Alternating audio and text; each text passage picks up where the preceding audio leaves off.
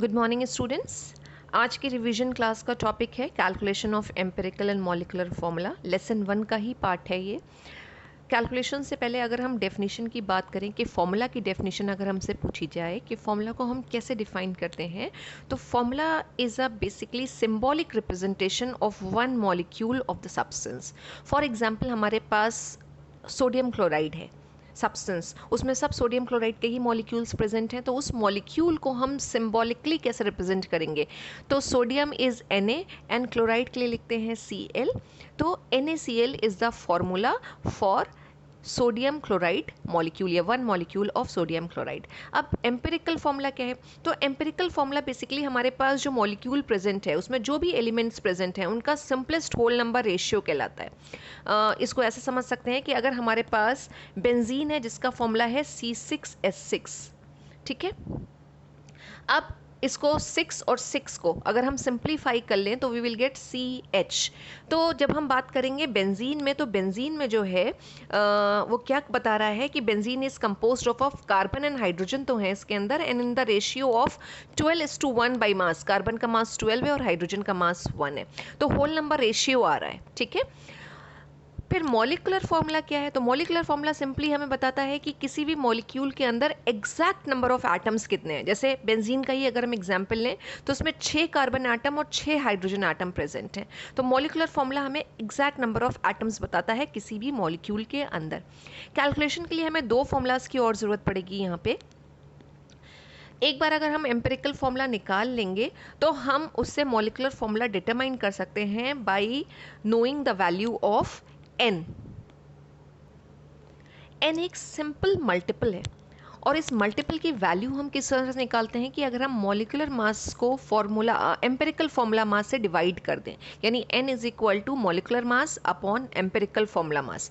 अगर हम डिवाइड कर देंगे तो हमें n की वैल्यू मिल जाएगी और ये हमारा एक कहलाता है सिंपल मल्टीपल, जिसको अगर हम एम्पिरिकल फॉर्मूला से मल्टीप्लाई कर दें तो हमें मॉलिकुलर फॉर्मूला मिल जाएगा। तो हमारे पास है molecular formula is equal to n into empirical formula. और n की वैल्यू निकालने के लिए भी हम फॉर्मूला लिख लेते हैं, यहाँ पे लिख लेते हैं n निकालना हो तो n इज इक्वल टू होगा molecular mass divided by empirical formula, जिसको हम शॉर्ट में लिख लेते हैं एम्पिरिकल फॉर्मूला, यानी कि EF मास। एम्पिरिकल फॉर्मूला मास से डिवाइड कर दें तो हमें n की वैल्यू मिल जाएगी, ठीक है। तो n is nothing, is just a simple multiple जो हमें मल्टीप्लाई करके मिल रहा है इन दोनों से। एक फॉर्मूला और है, वो है मॉलिकुलर मास। अगर कभी कभी प्रॉब्लम में हमें सीधे मॉलिकुलर मास नहीं दिया होता है, उसकी जगह पे उस पर्टिकुलर मॉलिक्यूल की वेपर डेंसिटी दे दी जाती है। तो अगर मॉलिकुलर मास निकालना हो तो हम वेपर डेंसिटी को 2 से मल्टीप्लाई कर देंगे तो हमें मॉलिकुलर मास मिल जाएगा और हम उसको फिर आगे जैसे भी यूज़ करना हो प्रॉब्लम सॉल्व करने में यूज़ कर सकते हैं। तो अब आता है क्वेश्चन कि हम किस तरह से एम्पिरिकल और मॉलिकुलर फॉर्मूला की प्रॉब्लम्स को सॉल्व करते हैं। तो बेसिकली इस तरह की प्रॉब्लम्स को हम टेबल बना के, ठीक है, टैबुलर फॉर्म से हम जो है इसको सॉर्ट आउट करते हैं या सॉल्व करते हैं। अब इस टेबल में कितने कॉलम्स होंगे? तो Cl नंबर को अगर छोड़ दें तो टेबल में 6 या फिर 5 कॉलम, मतलब 5 तो मिनिमम कॉलम आने ही आने हैं, और कभी कभी एज पर द रिक्वायरमेंट एक ये कॉलम और बन जाता है जिसकी हेडिंग यहाँ पे दे रखी है सिंपलेस्ट होल नंबर रेशियो, ठीक है। और बाकी की ये वाले कॉलम्स तो रहने ही रहने हैं, यानी अगर हमें अपनी प्रॉब्लम को सॉल्व करना है एम्पिरिकल मॉलिकुलर फॉर्मूला बेस्ड तो हमें इतने कॉलम्स तो बनाने ही हैं। अभी इसकी हेडिंग हम बाद में डिस्कस करेंगे, पहले प्रॉब्लम पढ़ लेते हैं। प्रॉब्लम क्या है हमारे पास? एक एग्जाम्पल जो लिया है कि एक ऑर्गेनिक कंपाउंड है जो एनालिसिस पे, और ये कौन सी एनालिसिस होती है? बेसिकली केमिस्ट्री में हम 2 तरह की एनालिसिस की बात करते हैं, क्वालिटेटिव एनालिसिस और क्वांटिटेटिव एनालिसिस। तो ये क्वांटिटेटिव एनालिसिस हुई है कि उस ऑर्गेनिक कंपाउंड के अंदर हमें कौन कौन से एलिमेंट मिले और उनका परसेंटेज कॉम्पोजिशन कितना है। तो उनकी क्वांटिटेटिव एनालिसिस करी गई तो हमें ये परसेंटेज कॉम्पोजिशन मिल रहा है, यानी उसके अंदर हमें कार्बन मिल रहा है। ऑर्गेनिक कंपाउंड है तो कार्बन तो होगा ही, हाइड्रोजन भी होगा ही। तो कार्बन कितना मिल रहा है? 57.8% मिल रहा है, ठीक है। यानी 100 ग्राम में इतना कार्बन प्रेजेंट है। अगर हम इसको ग्राम में कन्वर्ट कर लें 57.8 ग्राम कार्बन आ जाएगा। हाइड्रोजन कितना है? 3.6% है। इसको भी अगर हम आउट ऑफ 100 ग्राम निकाल लें, यानी परसेंट को अगर हम साइन हटा दें ग्राम में कन्वर्ट करें 3.6 ग्राम आ जाएगा, ठीक है। मास परसेंट आपने पढ़ाई है। और रेस्ट बता रहे हैं कि वो ऑक्सीजन है, और वेपर डेंसिटी कंपाउंड की दे रखी है, और एम्पिरिकल फॉर्मूला और मॉलिकुलर फॉर्मूला हमें डिटरमाइन करने हैं। ये प्रॉब्लम है। इंपॉर्टेंट है, एग्जाम में ज़रूर आता है, 11th के एग्जाम्स में पूछा जाता है, calculation of empirical and molecular formula. इसी तरह की आपको प्रॉब्लम मिलेगी, हो सकता हो मॉलिकुलर मास दे रखा हो सकता हो वेपर डेंसिटी दे रखी हो, और ये भी हो सकता है कि सिर्फ एम्पिरिकल फॉर्मूला पूछा जाए, मॉलिकुलर फॉर्मूला पूछा ही ना जाए आपसे, तो फिर आपको इन सब चीज़ों की ज़रूरत भी नहीं पड़ेगी, राइट। तो बहरहाल यहाँ पे तो हमें एम्पिरिकल और मॉलिकुलर फॉर्मूला दोनों ही निकालने हैं, ठीक है। एक चीज़ और ध्यान रखने वाली है, अभी हमने कहा कि हम इस चीज़ को 100% में निकालते हैं, 100 ग्राम में निकालते हैं। तो होता क्या है, कभी कभी कुछ प्रॉब्लम्स ऐसे ट्रिकी होती हैं जहाँ पे वो ये, जैसे यहाँ पे तो लिख दिया रेस्ट इज ऑक्सीजन, लेकिन वहाँ पे नहीं लिखा होता है कि रेस्ट इज ऑक्सीजन, क्योंकि ऑर्गेनिक केमिस्ट्री आपने क्लास 10th में पढ़ी है, कि कार्बन हाइड्रोजन, मतलब ऑर्गेनिक कंपाउंड में कार्बन तो मिलना ही है, फिर वैलेंसी सेटिस्फाई करने के लिए हाइड्रोजन होता है, और जब तीसरे एलिमेंट की बात हम करते हैं कि कौन सा कॉमन एलिमेंट है जो ऑर्गेनिक कंपाउंड में प्रेजेंट हो सकता है, तो वो है ऑक्सीजन। तो sometimes oxygen is not mention in the problem. तो आपको करना क्या है, आपको जो भी दे रखे हैं एलिमेंट्स यहाँ पे, आपको उनको सम करके देखना है। अगर सम करने पे 100 आ रहा है, 100% आ रहा है, इसका मतलब ऑक्सीजन इज नॉट प्रेजेंट। लेकिन अगर सम करने पर 100 नहीं आ रहा है, तो इसका मतलब भले ही उन्होंने प्रॉब्लम में आपसे ना कहा हो, लेकिन उसमें ऑक्सीजन होगा। और अगर आप उस चीज़ को मिस कर जाएंगे तो ना तो आपका एम्पिरिकल फॉर्मूला सही निकल कर आएगा और ना ही मॉलिकुलर फॉर्मूला सही निकल के आएगा, राइट। तो यहाँ पे ऑलरेडी इन्होंने दे रखा है ऑक्सीजन। अब ऑक्सीजन का परसेंटेज हम कैसे निकालेंगे, तो मैंने कहीं अलग कैलकुलेट करना पड़ेगा। से फॉर एग्जांपल कि जो कार्बन दे रखा है वो मैंने यहाँ लिखा, कार्बन कितना है 57.8 और हाइड्रोजन कितना है 3.6, जीरो कर लेते हैं 3.6, ठीक है। इसको हमें प्लस करना पड़ेगा, दोनों को प्लस करके आ रहा है 61.4, ठीक है।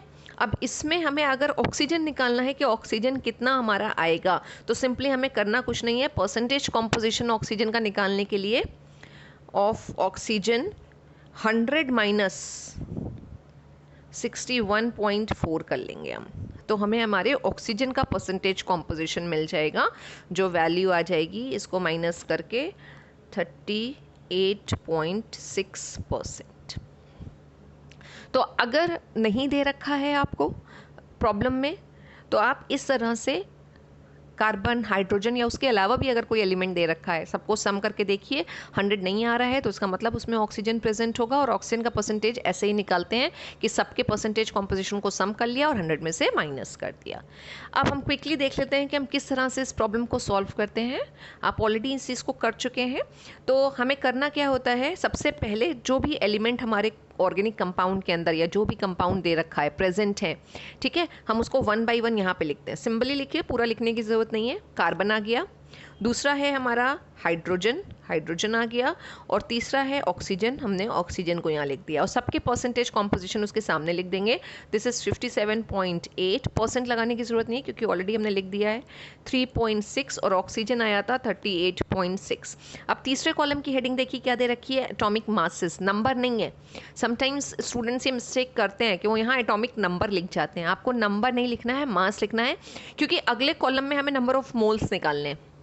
और नंबर ऑफ मोल्स कैसे निकालते हैं, जो भी यहाँ पे मास दे रखा है, ये हमने परसेंट को हमने बेसिकली क्या किया है, ग्राम में कन्वर्ट कर लिया है। तो जितना भी गिवन मास है उसको हम क्या करेंगे, एटॉमिक मास से डिवाइड कर देंगे। तो कार्बन का मास है 12, हाइड्रोजन का मास होता है 1, और ऑक्सीजन का मास होता है 16। 8 जो है उसका एटॉमिक नंबर है, मास इज 16। अब हमें इसमें क्या निकालना होता है, रिलेटिव नंबर ऑफ एटम्स निकालना है, या जिसको हम सिंपल लैंग्वेज में कह सकते हैं हमें नंबर ऑफ मोल्स निकालना है। तो नंबर ऑफ मोल्स निकालने का तरीका क्या है, गिवन मास यानी कि 57.8 और डिवाइडेड बाई 12, ठीक है। हम डिवाइड करके जो वैल्यू आएगी यहाँ लिख देंगे। इसी तरह से नंबर ऑफ मोल्स अगर हमें हाइड्रोजन के निकालने हैं तो गिवन मास कितना है 3.6 डिवाइडेड बाई 1। सबसे आसान हाइड्रोजन ही होता है क्योंकि 1 से डिवाइड करेंगे तो जो यहाँ पे वैल्यू है वही वैल्यू यहाँ पर आएगी, ठीक है ना। और उसके बाद हमें ऑक्सीजन के नंबर ऑफ मोल्स निकालने हैं, तो गिवन मास कितना है 38.6 और एटॉमिक मास कितना है 16। अब हमें इसको सॉल्व करना है, और सॉल्व करके जो वैल्यूज़ आएंगी उसको हम बोल सकते हैं कि इतने ग्राम के अंदर हमारे इतने नंबर ऑफ मोल्स प्रेजेंट हैं। हमने नंबर ऑफ मोल्स में कन्वर्ट कर लिया उसको। तो अब हम 57.8 को अगर 12 से डिवाइड करेंगे तो 12 4 ज़ा 48, 4 के अप्रॉक्सीमेट आएगी 4.8, और कोशिश करिए डेसिमल के 2 प्लेसेस तक ले लीजिए 4.82, और ये तो हमारा बड़ा सिंपल सा है, दिस विल बी 3.6 ही रहना है। और 16 को जब करेंगे तो 16 2 सा 32, 2.41 ये आपके नंबर ऑफ मोल्स निकला है। यानी जितना हमें दे रखा था कार्बन, हाइड्रोजन और ऑक्सीजन का मास, ठीक है, उसको उसके एटॉमिक मास से डिवाइड करने के बाद हमने उतने ग्राम में नंबर ऑफ मोल्स डिटरमाइन कर लिए। तो 1 2 3 4 कॉलम्स में हमारी वैल्यू आ गई। अब हम 5th कॉलम पे आते हैं, सिंपलेस्ट रेशियो। सिंपलेस्ट रेशियो किस तरह से निकाला जाता है? सिंपलेस्ट रेशियो कहलाता है जितने भी एटम्स उसके अंदर प्रेजेंट हैं उनके बीच में कितना रेशियो आ रहा है। एक सिंपलेस्ट रेशियो है और उसके बाद सिंपलेस्ट होल नंबर रेशियो भी लिखा हुआ है। दोनों में क्या डिफरेंस है? देखिए, एटम जब भी कंबाइन होते हैं तो वो होल नंबर रेशियो में कंबाइन होते हैं। आपको लॉ ऑफ केमिकल कॉम्बिनेशंस पढ़ाए गए हैं कि उनके बीच में होल नंबर रेशियो होता है, ठीक है। तो सपोज अगर यहाँ कैलकुलेशन करने के बाद हमें जो यहाँ वैल्यूज़ मिलेंगी वो अगर हमें होल नंबर में नहीं मिल रही हैं तो हमारे पास एक और एडिशनल स्टेप आ जाएगा या एडिशनल कॉलम आ जाएगा होल नंबर रेशियो का, यानी हमें उस सिंपलेस्ट रेशियो को होल नंबर रेशियो में कन्वर्ट करना पड़ेगा। कैसे करते हैं चलिए देखते हैं। पहले हम सिंपलेस्ट रेशियो निकाल लेते हैं। उसको निकालने का क्या तरीका है याद रखिएगा, जितने नंबर ऑफ मोल्स यहाँ पे आ रहे हैं, जैसे कार्बन के केस में आ रहे हैं 4.82, उसको हम डिवाइड करते हैं। डिवाइड किससे करेंगे? जितने भी हमारे नंबर ऑफ मोल्स हमने निकाले हैं उसमें जो सबसे स्मॉलेस्ट वैल्यू होगी उससे हम डिवाइड करेंगे। अब इतना बेसिक मैथ्स तो सभी को पता है कि इसमें से कैसे हम निकालेंगे कि कौन सा सबसे छोटा नंबर होगा। तो सबसे छोटा नंबर है 2.41, तो हम 4.82 को 2.41 से डिवाइड कर देंगे और इसी सेम नंबर से हम सारे जितने हमने मोल्स निकाले हैं सबको डिवाइड करेंगे, यूनिफॉर्मिटी रहेगी। और फिर इसमें हमें एक आसान सा स्टेप मिलता है कि जहाँ से हमने पिक किया है सबसे छोटा नंबर, जब हम उसको उसी के नंबर से डिवाइड करेंगे तो हमें क्या मिलना है? 1 मिलना है, ठीक है। इस तरह से हम डिवाइड करते चलेंगे। 2.41 का एग्जैक्ट डबल है 4.82, तो यहाँ पे आ जाएगा 2। यहाँ पे ज़रूर हमें फ्रैक्शन में वैल्यू मिलेगी और वो है 1.49। अब कार्बन, हाइड्रोजन और ऑक्सीजन जब आपस में कंबाइन करेंगे तो उसमें रेशियो बता रहे हैं 2:1.49 और 1 का होगा। अब एटम कभी भी फ्रैक्शन में तो नहीं कंबाइन करते हैं, होल नंबर रेशियो में कंबाइन करते हैं, राइट। तो हमें क्या करना होगा? हमें इसको होल नंबर रेशियो में कन्वर्ट करना पड़ेगा। तो अब बहुत ध्यान से इस बात को सुनिएगा कि जब भी होल नंबर रेशियो में हमें कन्वर्ट करना होता है तो हम स्मॉलेस्ट पॉसिबल इंटीजर से इस सब वैल्यूज़ को जो सिंपलेस्ट रेशियो वाले कॉलम में हमको मिली हैं, इन सारी वैल्यूज़ को मल्टीप्लाई करेंगे। सारी वैल्यूज़ को, सिर्फ उसको नहीं कि जिसमें आपको फ्रैक्शन मिल रहा है, सब वैल्यूज़ को मल्टीप्लाई करेंगे। और हमेशा एक हम स्मॉलेस्ट होल नंबर से स्टार्ट करते हैं। अब 1 से तो करेंगे नहीं क्योंकि 1 से करने पे हमें वही वैल्यूज़ मिलेंगी जो यहाँ पे लिखी हुई हैं, इसलिए यूजुअली हम 2 से स्टार्ट करते हैं। बहुत बड़ा नंबर मत लीजिएगा, बहुत छोटे नंबर से हम स्टार्ट करते हैं। तो हम पहले चेक करेंगे कि क्या 2 से मल्टीप्लाई करने के बाद हमको होल नंबर मिल जाएगा। ये आप रफ में भी कर सकते हैं, आप मेंटल मैथ्स भी कर सकते हैं। तो 2 को जब आप 2 से मल्टीप्लाई करेंगे यू विल गेट 4, तो एक होल नंबर आ रहा है। 1.49 को अगर आप 2 से मल्टीप्लाई करेंगे तो ये 1.49 को हम 1.5 भी बोल सकते हैं, और 1.5 को अगर आप 2 से मल्टीप्लाई करेंगे तो यू विल गेट 3, जो कि एक होल नंबर है, ठीक है। लेकिन अगर यहाँ पे 1.49 के बजाय 1.2 होता और आप उसको 2 से मल्टीप्लाई करते तो 2.4 आता। फिर ये हम फिर 2 से नहीं मल्टीप्लाई करते, फिर हमें दूसरा नंबर लेना पड़ता, और दूसरा नंबर हम फिर स्टार्ट करते 3 से। ये एक एग्जाम्पल लेके बता रहे हैं कि इन केस अगर 1.2 हमारे पास वैल्यू होती 1.49 के बजाय, तो 1.2 इंटू 3 करोगे तो कितना आएगा? 3.6। फिर 1.2 इंटू 4 अगर करोगे तो कितना वैल्यू आ जाएगी? 4.8, ठीक है। तो जो नियरेस्ट होल नंबर वैल्यू मिल रही है वो 4 से मल्टीप्लाई करने पे मिल रही है। तो 1.2 अगर वैल्यू होती तो फिर हम 2 से मल्टीप्लाई ना करते, फिर हम 4 से मल्टीप्लाई करते, और 4 से सबको मल्टीप्लाई करते लाइन से हम, ठीक है। और इसके बाद अगर 1.2 को आप 5 से कर लोगे तो फिर वो बढ़ जाएगा। तो जो कितना आ जाएगा यहाँ पे? 5 2 ज़ा 10 और 5 1 ज़ा 5 और 6 आ रहा है, एग्जैक्ट होल नंबर आ रहा है। लेकिन फिर ये 4.8 बहुत नियर है 5 के, इसलिए हम 4 को प्रेफर कर रहे हैं, हम 5 में नहीं जा रहे हैं, ठीक है। तो इस चीज़ का ध्यान रखना है कि अगर नियरेस्ट भी हमें मिल रहा हो तो हम उसे अप्रॉक्स मान लेते हैं। जैसे 4.8 या 4.9 आ रहा है मल्टीप्लाई करने के बाद, तो फिर हम उसको अप्रॉक्स मान लेते हैं कि अप्रॉक्स इतना आ रहा है। तो आई होप इतनी बात समझ में आई होगी। तो सिंपलेस्ट रेशियो के बाद हम होल नंबर रेशियो निकालेंगे। उसके लिए हम क्या कर रहे हैं, हम सारे नंबर्स को 2 से मल्टीप्लाई कर रहे हैं, और चाहे तो आप यहाँ मल्टीप्लाई करके दिखा भी सकते हैं या सीधे वैल्यू लिख सकते हैं कि 2 2 ज़ा 4 हो जाएगा। 1.49 इज अप्रॉक्सीमेट 1.5, तो जब इसको हम मल्टीप्लाई करेंगे तो वी विल गेट 3, और 1 को 2 से मल्टीप्लाई करेंगे तो वी विल गेट 2। तो whole number ratio carbon, hydrogen और ऑक्सीजन में आ रहा है 4:3:2 का। क्लियर? ऑलराइट, टेबल के सारे कैलकुलेशंस हो गए हमारे, टेबल के सारे कॉलम्स, सारी रोज को हमने फिल कर लिया है। अब हमें क्या करना है, हमें एम्पिरिकल फॉर्मूला लिखना है, क्योंकि होल नंबर रेशियो आ गया है। और एम्पिरिकल फॉर्मूला की डेफिनेशन ही हमने यही कही थी कि एक मॉलिक्यूल के अंदर जो भी एटम्स प्रेजेंट हैं उनका होल नंबर रेशियो जो होता है वो एम्पिरिकल फॉर्मूला होता है। तो how we write empirical formula now, जितने भी एटम्स इसके अंदर प्रेजेंट हैं हम उसको साइड बाय साइड लिख लेते हैं, थोड़ा थोड़ा सा गैप छोड़ के, थोड़ा थोड़ा सा गैप छोड़ के लिख लिया। और जो भी नंबर यहाँ पे आया है सिंपलेस्ट होल नंबर रेशियो को, उसको हम सब स्क्रिप्ट में, यानी कि यहाँ नीचे एक सब स्क्रिप्ट होता है, एक सुपर स्क्रिप्ट होता है, तो यहाँ पे नीचे हमने लिख लिया कार्बन आया है 4, हाइड्रोजन आया है 3 और ऑक्सीजन आया है 2। ये आ गया हमारा एम्पिरिकल फॉर्मूला। अब अगर प्रॉब्लम में सिर्फ एम्पिरिकल फॉर्मूला पूछा गया होता तो हमारी प्रॉब्लम यहीं पे ख़त्म हो जाती, हमारा आंसर आ जाता। लेकिन प्रॉब्लम में एम्पिरिकल फॉर्मूला के साथ मॉलिकुलर फॉर्मूला भी फाइंड आउट करने को कहा गया है। तो मॉलिकुलर फॉर्मूला कैसे फाइंड आउट होगा, तो हमें पता है कि molecular formula is equal to होता है n into empirical formula, right. और n कैसे निकालते हैं हम, n को हम निकालते हैं n is equal to molecular mass divided by empirical formula mass. अब हमें दो चीज़ें चाहिए हैं n निकालने के लिए, n मिलेगा तो हमें हमारा मॉलिकुलर फॉर्मूला मिलेगा। मॉलिकुलर मास कहाँ से लेकर आए, तो यहाँ हमें वेपर डेंसिटी दे रखी है कंपाउंड की, और एक रिलेशनशिप हमने अभी देखी थी कि molecular mass is equal to 2 into vapour density होती है, यानी अगर हम इस वैल्यू को 2 से मल्टीप्लाई कर दें तो हमें हमारा मॉलिकुलर मास मिल जाएगा। 2 3 ज़ा 6 और 2 8 ज़ा 16, 166 आ रहा है यहाँ पे हमारा मॉलिकुलर मास, ठीक। एम्पिरिकल फॉर्मूला मास कैसे निकालेंगे, वो यहाँ से निकलेगा। 4 कार्बन है तो 4:12 हो जाएगा, ठीक है। 4:12 कैसे, एक कार्बन का मास होता है 12 और 4 कार्बन है तो 4:12। 3 हाइड्रोजन है और हर हाइड्रोजन का मास होता है 1, 2 ऑक्सीजन है और हर ऑक्सीजन का मास होता है 16, ठीक है। तो ये 48 + 3 + 32, इन सबको हमें सम अप करना है तो we will get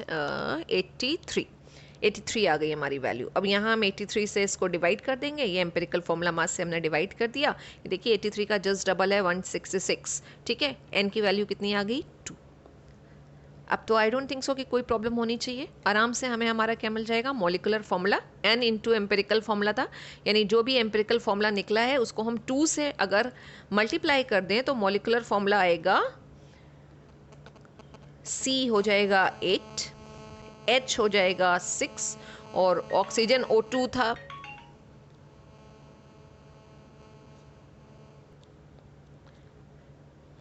Now this is the molecular formula and this is the empirical formula, problem solved, ठीक है। तो बेटा इसी तरीके से हमें एम्पेरिकल और मॉलिकुलर फॉर्मूला की प्रॉब्लम्स को सॉल्व करना है। 2-3 चीज़ों का हमें ध्यान रखना होगा। नंबर 1 क्या ध्यान रखना है हमें, नंबर 1 कि अगर यहाँ पे मेंशन ना हो, ऑक्सीजन मेंशन ना हो या ऑक्सीजन का परसेंटेज मेंशन ना हो, ठीक है ना, तो हमें सबसे पहला हमारा टास्क होगा कि हमें जो भी एलिमेंट्स दे रखे हैं और उनका जो भी परसेंटेज दे रखा है उनको सम करके ये चेक कर लेना है कि क्या 100% आ रहा है पूरा का पूरा कॉम्पोजिशन। जैसे ये और ये अगर हम सम करते तो हमें 100% नहीं मिलता, तो इट मीन्स ऑक्सीजन वहाँ पे प्रेजेंट होगी और फिर हम इन दोनों को सम करके 100 में से माइनस करके ऑक्सीजन का परसेंटेज कॉम्पोजिशन निकाल लेंगे, ठीक है। पहली चीज़ तो ये ध्यान रखनी है, क्योंकि अगर हमने ये स्टेप मिस कर दिया पूरे कैलकुलेशंस हमारे गलत हो जाएंगे। दूसरा हमें क्या चीज़ ध्यान रखनी है कि हमसे क्या पूछा गया है। अगर मॉलिकुलर फॉर्मूला भी पूछा गया है तो हमारे पास डेफिनेटली मॉलिकुलर मास या वेपर डेंसिटी प्रॉब्लम में दी होगी, क्योंकि उसके बिना हमारी प्रॉब्लम सॉल्व नहीं होगी। और तीसरी चीज़ हमें क्या ध्यान रखना है कि हमें करने होते हैं इस टेबल के अंदर कैलकुलेशन। तो जब भी हम इस टेबल का फॉर्मेशन करें, ठीक है, तो हम क्या करें कि 1, 2 और ये 3 जो 3 कॉलम स्टार्टिंग के हैं, इनको हम थोड़ा सा थिन कॉलम्स बनाएं, यानी उनकी विड्थ बहुत ज़्यादा ना रखें। एज यू कैन सी इसमें कुछ बहुत ज़्यादा लिखा हुआ नहीं है, यहाँ पे एलिमेंट का सिर्फ सिंबल लिखा है और यहाँ पे परसेंटेज कॉम्पोजिशन लिख रखा है, और इसमें भी सिर्फ एटॉमिक मासेस दे रखे हैं, लेकिन यहाँ पूरा कैलकुलेशंस हमने करे। अब कैलकुलेशन करने के लिए हमें ज़्यादा स्पेस चाहिए, तो आप जब भी अपनी टेबल बनाएं तो थोड़ा सा कॉलम की विड्थ ध्यान रखें कि फर्स्ट 3 कॉलम्स को आप बहुत ज़्यादा विड्थ वाला ना बनाइए, लेकिन बाद के कॉलम्स में विड्थ रहेगी। 6 कॉलम को पहले ना बनाइए, जब यहाँ तक आप पहुँच जाइए तो यहाँ पे जगह आप छोड़ के रखिए, ज़रूरत पड़े तो आप 6 कॉलम बनाइए, और टेबल को एंड मत करिए। मैंने तो वीडियो बहुत लंबी ना हो जाए इस वजह से सारी चीज़ें पहले कर दी थी, आप इसको बंद मत करिए, हो सकता हो आपको नीचे तक ज़रूरत पड़े, तो 1 बाई 1 आप करते चले जाइए, और उसके बाद आपका जो वर्क आएगा वो बहुत ही टाइडी वर्क होगा। अदरवाइज बहुत ज़्यादा लाइक जो टेबल है उसमें कुछ क्लियरिटी नहीं होती है कि कहाँ क्या कैलकुलेशन करके चीज़ें दिखाई हैं। तो आई होप एम्पेरिकल और मॉलिकुलर फॉर्मूला के आपको क्वेश्चन समझ में आ गए होंगे कि हम किस तरह से सॉल्व करेंगे। Thank you so much students.